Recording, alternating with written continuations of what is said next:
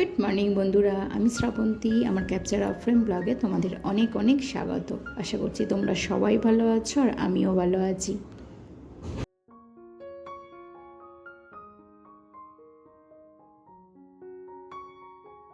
তো বেশ কয়েকদিন বৃষ্টি হওয়ার পর একেবারে রৌদ্রোজ্জ্বল আবহাওয়া।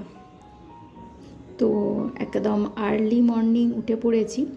আমি মোটামুটি ওই সকাল 5টা থেকে 6টার মধ্যে উঠে পড়ি, আর তারপরে একটু এসে ছাদটায় ঘোরাঘুরি করি, ব্রাশ করি।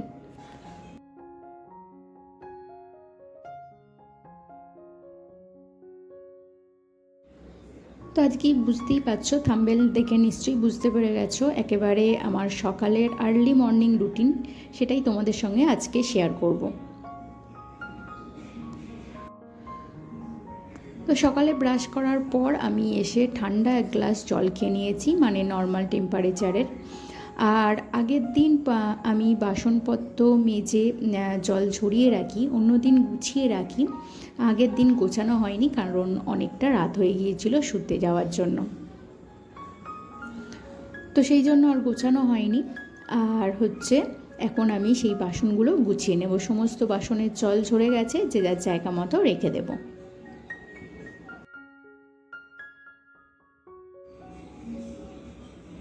তো আমাদের সমস্ত কাজ একটা নির্দিষ্ট টাইমে ঠিক করার জন্য কিন্তু আমাদের একটা নির্দিষ্ট টাইমে ঘুম থেকে উঠতে হয়।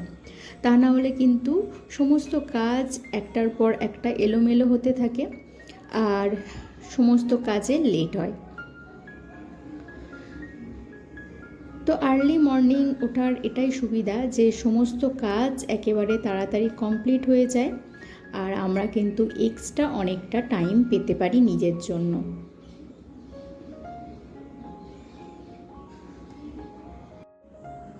আমরা যারা হাউসওয়াইফ তাদের কিন্তু ঘর কাজকর্মের পাশাপাশি বাচ্চাকে দেখাশোনা, বাড়ির সমস্ত কাজকর্মই করতে হয়, তাই নিজের জন্যও কিন্তু একটু টাইম বার করাটা দরকার আছে।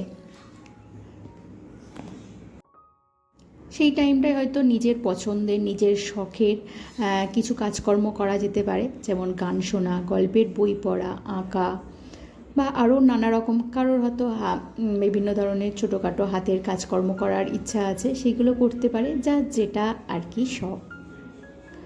তো আমি বলতে পারো এক্সট্রা টাইম পেলে গল্পের বই পড়ি, তারপরে গান শুনি, বা কোনো প্রিয় টিভি সিরিয়াল দেখি, সিনেমা দেখি, এইগুলোই করে থাকি।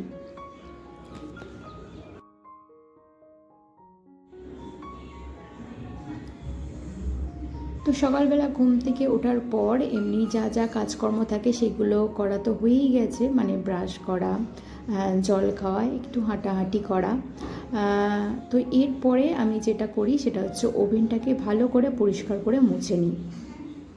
তো কলিন দিয়ে একটুখানি ভালো করে মুছে নিলাম, আর এরপরে যেটা আমার কাউন্টার টপে যে অয়েল বোতলটা থাকে সেটা আমি ভালো করে মুছে নিচ্ছি। সারা দিনের মধ্যে যে কোনো একটা টাইম আমার এই মশলার জায়গাগুলো আমি ভালো করে ক্লিন করে মুছে রাখি।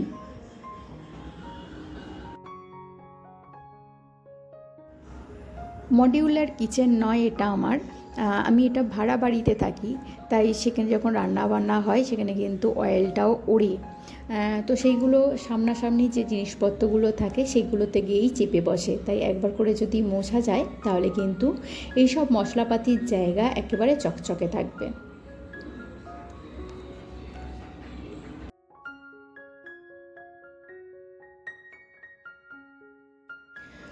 আমার যে ডাইনিং টেবিলটা আছে এটাকে আমি রোজ সকালবেলা কিন্তু কলিন দিয়ে একবার মোছার চেষ্টা করি, কারণ আমি যখনই খাবার খাই তারপরে কিন্তু আমি কলিন দিয়েই মুছি, তারপরেও সকালবেলা একবার মুছে দিই, কারণ অনেক রকমের ডাস্ট বা অনেক রকমের কীট পতঙ্গ এর উপর দিয়ে বেয়ে যেতে পারে, যেটা আমাদের হেলথের জন্য একেবারেই স্বাস্থ্যকর নয়। আর আমার বাচ্চা ঘুম থেকে ওঠার পর এখানেই জল খায়, খাবার খায়, তো সেই জন্য এটাকে নিট অ্যান্ড ক্লিন রাখার চেষ্টা করি। আর তার সঙ্গে চেষ্টা করি যে আমরা চেয়ারগুলোই বসি সেইগুলোকেও একবার করে ক্লিন করে নিতে। তো হাতের কাছে যেসব জিনিসগুলো থাকে সেইগুলো একবার করে ডাস্টিং করার চেষ্টা করি, আর যদি না পারি সেটা 2-3 দিন অন্তর অন্তর করে থাকি।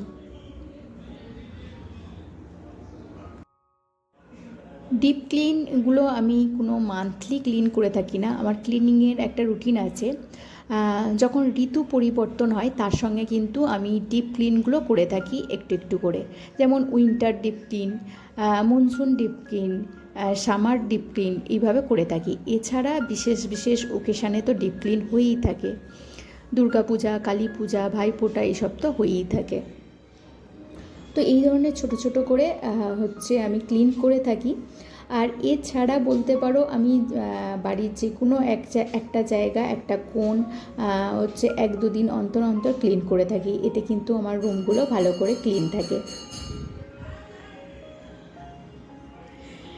আমার যে ড্রয়ারটা দেখলে, ওই ড্রয়ারটায় আমি আমার সমস্ত রকম মশলাপাতি, তেল, এইগুলো স্টকে রাখি, তো সেটাকেও একবার ক্লিন করে নিলাম। আর এই জানলাটা দিয়েই আমার ধোঁয়া বের হয়, তো এটাকে একবার করে ক্লিন করা কিন্তু জরুরি দরকার, না হলে কিন্তু খুব তেল ময়লা বসে যায়। তো মর্নিংয়ে ডিপ ক্লিন করি না, কারণ অত সময় থাকে না। জাস্ট একটা ওয়াইপস নিয়ে হালকাভাবে মুছে নিচ্ছি, তারপরে একটা শুকনো কাপড় দিয়ে জাস্ট মুছে নেবো, ব্যাস, তাহলেই কিন্তু আমার এখানের ক্লিনিং ডান।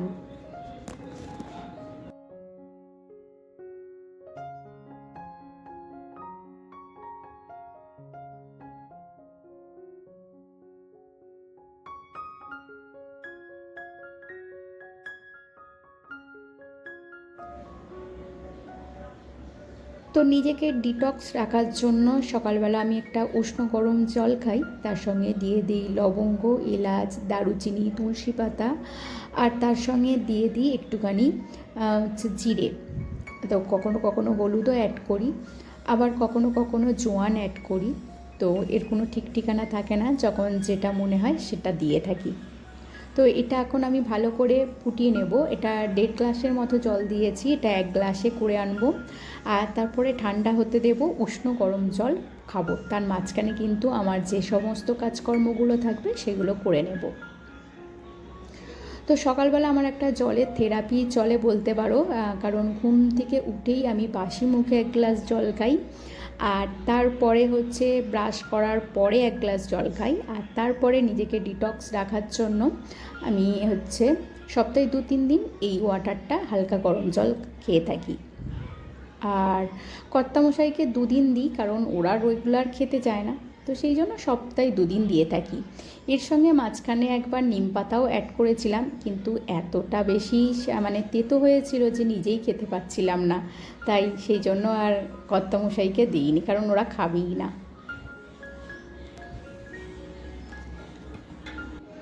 তো জলটা যতক্ষণে ঠান্ডা হচ্ছে ততক্ষণ আমি ভালো করে বাসি ঘর ঝাড় দিয়ে ভালো করে মুছে নিচ্ছি, আর এরপরে যাব স্নান করতে। আর স্নান করার সময় আমি বাথরুমটাও ক্লিন করে নিই, আর তার সঙ্গে যা জামা কাপড় থাকে সেটাও পরিষ্কার করি। তো আমি রেগুলারলি বাথরুম ক্লিন করে থাকি, কারণ এই বাথরুমটা আমাদের সব থেকে বেশি প্রয়োজনে লাগে, তো সেই জন্য এই বাথরুমটাকে আমি রোজই ক্লিন করে থাকি। তার মানে এই নয় যে সেটাকে আমি ডিপ ক্লিন করি, রেগুলার বেসিসে যেটুকু করা যায় সেইটুকু করে থাকি, আর ডিপ ক্লিন মাসে একবার করে থাকি। তো এদিকে দেখো আমার বাসি কাজকর্ম হয়ে গেছে, আর এখন আমি 5-7 মিনিটের জন্য এই গরম জলটা একটুখানি বসে আস্তে আস্তে খাবো। জল সবসময় বসে খাওয়া উচিত, এতে কিন্তু আমাদের শরীরের জন্য ভালো বলা হয়, তো সেই জন্য আমি জল সবসময় চেষ্টা করি বসে খাওয়ার।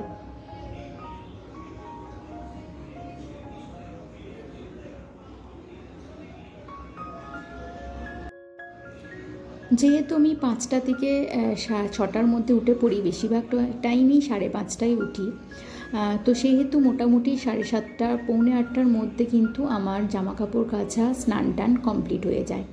আর স্নানের পরে আমি যেটা করি, আমি আগে ঠাকুরকে খেতে দিয়ে প্রণাম সারি, প্রার্থনাটা সেরে ফেলি। সকালের প্রার্থনা খুব ইম্পর্টেন্ট আমার কাছে এটা। শীতকাল ছাড়া সব ঋতুতেই কিন্তু আমি এই মর্নিংই পুজোটা সেরে প্রার্থনাটা করি আর কি, সকালে স্নান টান করে। শীতকালটা একটু বেলার দিকে করি, কারণ সকালবেলা এই ঠান্ডাটা আমার সহ্য হয় না, যার জন্য একটু বেলার দিকে করি, এই 10টা নাগাদ। তো ওদিকে আমার প্রার্থনা করা কমপ্লিট হয়ে গেছে, এবার চলে এসেছি রান্নাঘরে। এখন আমি একটুখানি আমার নিজের জন্য চা করবো আর তার সঙ্গে 2টো বিস্কিট খাবো। আর আমি সকালবেলা চায়ে চিনি খাই না, চেষ্টা করি সুগার ফ্রি দিয়ে খাওয়ার, আর একেবারে না হলে কোনো সুগার ছাড়াই খাই।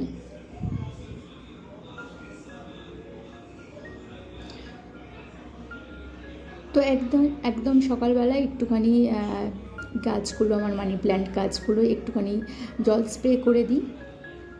সপ্তাহে 2 দিন জলটাকে চেঞ্জ করে দেওয়ার চেষ্টা করি, আর তার মাঝখানে একটুখানি জল স্প্রে করে দিই। আর সপ্তাহে 1 দিন যে কোনো হয় পেঁয়াজ ফুটিয়ে জল ঠান্ডা করে, পেঁয়াজের খোসা আর কি ফুটিয়ে সেটাকে সার হিসাবে গাছগুলোতে একটু স্প্রে করি, অথবা চাল ভেজানো জল এগুলো দিয়েও স্প্রে করে থাকি, এতে গাছ অনেক সতেজ থাকে।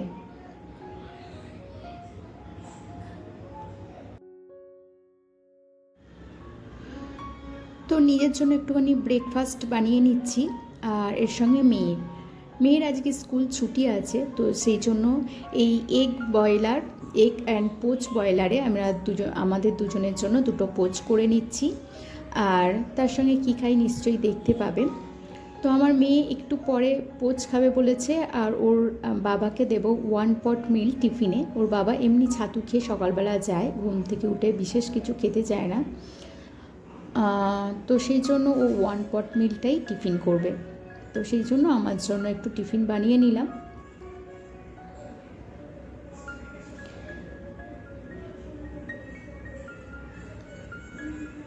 আর এর সঙ্গে নিয়েছি প্রত্যেক দিন একটা যে কোনো ফল খাওয়ার চেষ্টা করি, আর তার সঙ্গে নিয়েছি ড্রাই ফ্রুটস।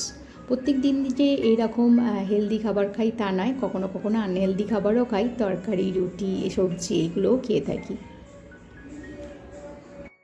তো বন্ধুরা, এটাই আমার আর্লি মর্নিং রুটিন।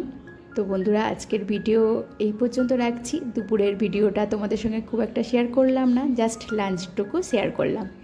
তো আমার ভিডিওটি ভালো লাগলে অবশ্যই একটা লাইক কমেন্ট করে দিও, আর আমার চ্যানেলে যদি নতুন বন্ধু হয়ে থাকো তাহলে অবশ্যই একটা সাবস্ক্রাইব করে দিও। আর যেসব বন্ধুরা অলরেডি সাবস্ক্রাইব করে আমার পাশে আছো তাদেরকে জানাই অসংখ্য ধন্যবাদ। তোমাদের সঙ্গে আবারও দেখা হচ্ছে নেক্সট কোনো ভিডিওতে, নেক্সট ব্লগে। তো আজকের মতো টাটা, বাই বাই।